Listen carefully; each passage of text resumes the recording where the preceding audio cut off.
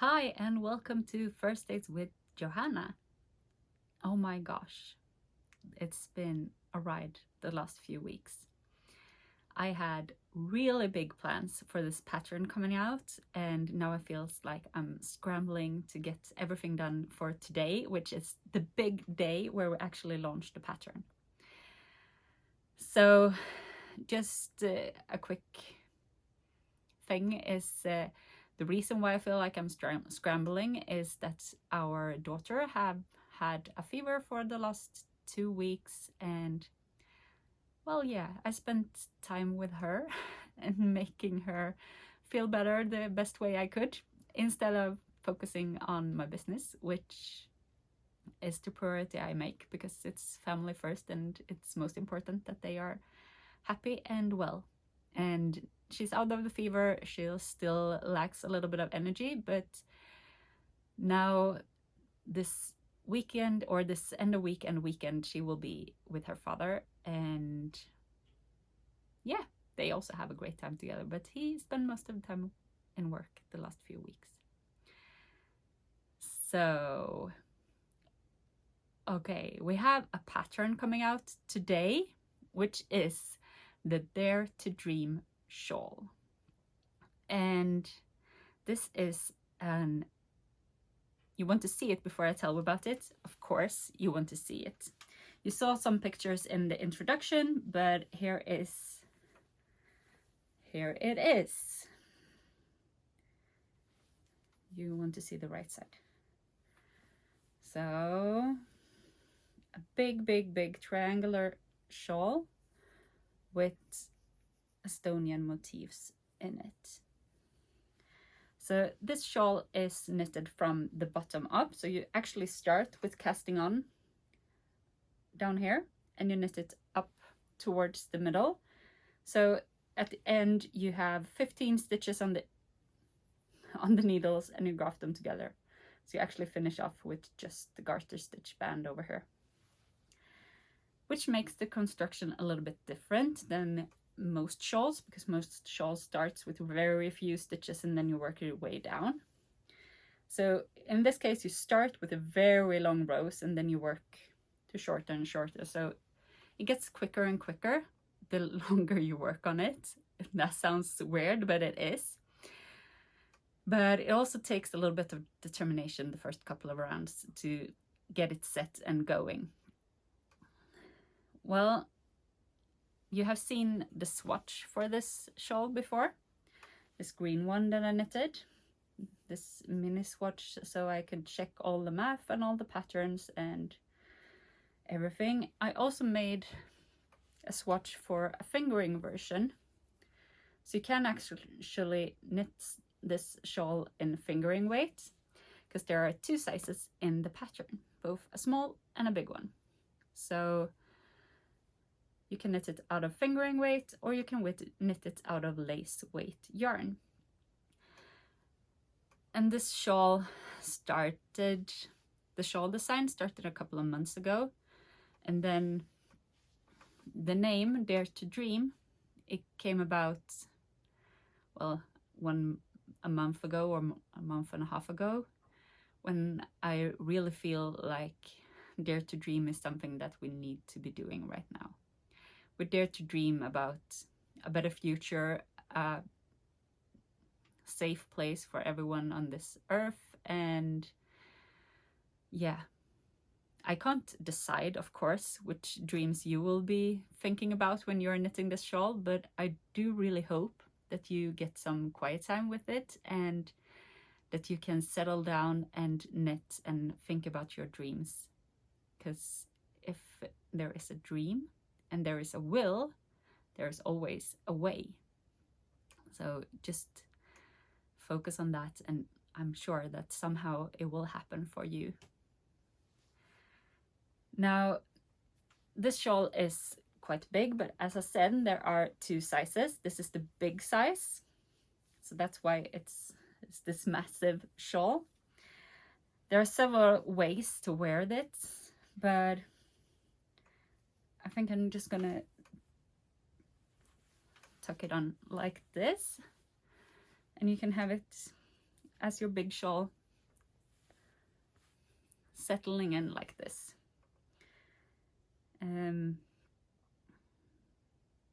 Yeah, as I said, this is knit out of lace weight. It's knitted out of SKeW Fin in the colorway silver. And this is 800 meters in 100 grams, 2-ply with merino and silk in it. And it's smooth as butter to knit with. I really, really enjoy this yarn, and I've been dyeing up as crazy many new colors too, and different ones, all for this weekend's festival that will be in Malmö, where I will have a booth. So if you want to check out the yarn, check out the festival, and then it will be up on the website after Easter. So SKeW Fin, this is the colorway silver, and I have several other colorways coming up. This little swatch, the fingering weight swatch, I knitted that one in SKeW number 4. Number 4 is basically the same base, 50% merino, 50% silk. So it's the same base as this one, but this one is a 4-ply yarn. So it's 400 meters in 100 gram, and this one is a 2-ply yarn. So they match in like softness and in the feel to the skin, and it's a dream to knit with and to wear. So soft, so nice to work with.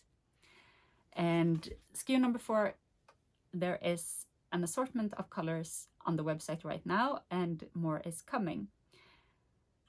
At the moment, this one is not following on long to Malmö, but yeah, so you can find that one on the website. Then again, if you don't want to have silk in your lace project, I recommend a pure wool yarn, like this Supreme Lace Weight from Jameson & Smith. This one is a 2-ply yarn, and they have a 1-ply yarn too, and their 2-ply is also about 800 meters on 100 grams. So that makes a really delicate knit, and a little bit different feel than this one with silk in it, but you still get the delicate feel with just the wool yarn. Here you get a little bit of shine too, and a little bit more drape than you do with the pure wool yarn. Then you need some knitting needles to be working on this project. And I worked the first half of the shawl with my wooden Lykke needles. That was before I got a shipment of Johanna bamboo needles. And Johanna bamboo needles, they have a pointier tip than the Lykke needles have. So it was a totally different experience to be knitting the lace with the Johanna compared to the Lykke needles. I heard both good and bad things about Lykke, and I would say they are really good needles if you want to use them for knitting a sweater or something that it doesn't involve that many decreases and stuff that you need to do with lace. Because the tips for lace, the tips actually need to be a little bit pointier, so it's easier to grab all the yarn overs and all the knit two togethers and stuff like that. And especially in Estonian knitting, where you have these noops, where you actually need to catch a lot of stitches in one stitch. So for lace knitting, I recommend either Johanna bamboo, which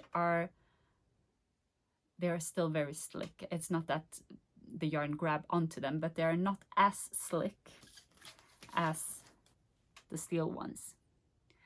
So Johanna bamboo or Johanna sharp or SKeW red lace. Those have the pointy needle tip that you need to make the lace knitting go easily or flow easily. They also have very sleek joints here, so you don't risk that the yarn catches in any place. And they have a little bit of different cables depending on which brand you use, but yeah, that depends more on the brand than on the actual needle. But my best tip for knitting a big lace project is to invest in a needle with a sharp tip, so that you get the knitting to flow very, very easily, and that you get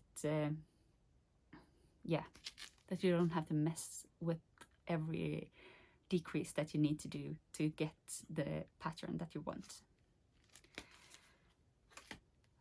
And I would recommend a needle that is at least 100 centimeters long, because when you start these very, very long rows in the beginning, you would need that to accommodate all the stitches. Then at the end, of course, you can change to a shorter needle, but yeah, at least 100 centimeters long. So while knitting, that will, the yarn and the needles. And then I would suggest that you have some stitch markers to make the knitting flow a little bit easier. At least you want to mark this center stitch where you do the decreases. And then if you prefer, you can have stitch markers marking every repeat of the lace pattern. But that is totally up to you. But in the pattern, I recommend that you mark out which the center stitch is, so you know where to do the decreases that shapes the entire shawl. Then after knitting, you would like to have some kind of wool wash to wash or put in a very nice bath, whatever shawl that you want to have, but don't put this in the washing machine. Do it by hand, because the lace fabric is very, very delicate, and the washing machine can absolutely distort, or something might snag or something, and then you will be very sad, because knitting a lace shawl is really a labor of love, and it takes its time. And then you don't want to have it ruined just because you put it in the washing machine. So hand wash it. I fill a, what do you call that? A bucket? Maybe? I fill a bucket with some tempered water, not too hot. And then I put in a bit of Eucalyptus wool wash. I have the old labels, but it's still the same ingredients and the same thing in them. And then I gently press down the shawl and I let it soak for at least half an hour, and then carefully take it up out of the water and squeeze the water out. And then it's time to lay it flat and to block it out. And for that, I recommend T-pins, stainless steel T-pins, so that they don't rust, because you have a wet fabric, the lace shawl, that you want to pin out. And if you don't have stainless steel, the risk is that your pins will rust and will damage your fabric. You will have big stains of rust on your shawl. And that is also kind of the worst thing that can happen when you're finally done with everything, and you planned it out and you sorted it out and you placed it flat and you pinned everything, and then you come back and there is a rust stain on the shawl. So use the stainless steel pins. These are some T-pins from Laces that are easy to use and to grab. They're a little bit thicker than a normal like sewing pin. And I use them, and I have some blocking wires. Blocking wires are basically a very thin piece of steel that you can thread through and drag on the wire instead of each individual pin. You can go either way. It's not necessary to have the wires. You can do only pins. That works perfectly. I use both. So, and then you need some kind of tape measure to actually measure that you have sorted it so it has the right dimensions, and so you have equal distance from the middle, and yeah, so that the shawl will look nice at the end. Because when you have done all that work, all you want to do is actually to wear your shawl and to appreciate it and to be happy about it, and that is the place where I am at now. Of course, the shawl will not get worn until after a weekend because it will be hanging at my booth, so at the sewing festival in Malmö. And if you're there, please come and say hi, and you can meet both me and the shawl at booth number D06. So yeah, a quickie just to let you know that my newest pattern, Dare to Dream, is out on Ravelry and on my webpage. The pattern is only available in English at the moment. It will be translated, but not right now, because I have a show to go to first. And yeah, you can find the yarn either at my website or at the show, and you can find the pattern on Ravelry or at the website. The pattern is a download only at the moment, and yeah, this is what we're aiming for. So I hope that you would like to knit this shawl, and I can't wait to see what you create with this pattern. It will be so fun to see many more versions than I've seen a few, because the test knitters did a great job. So we had, I think we had 4 test knitters that have sent me pictures of their finished shawls, and here we have some of them. We have Annika, we have Stina, we have Jenny, and we have Anneli. And all of them have finished their shawls, and I have gotten great feedback from them, and I'm so happy that they enjoyed making this pattern. So I hope that you also will enjoy making this pattern.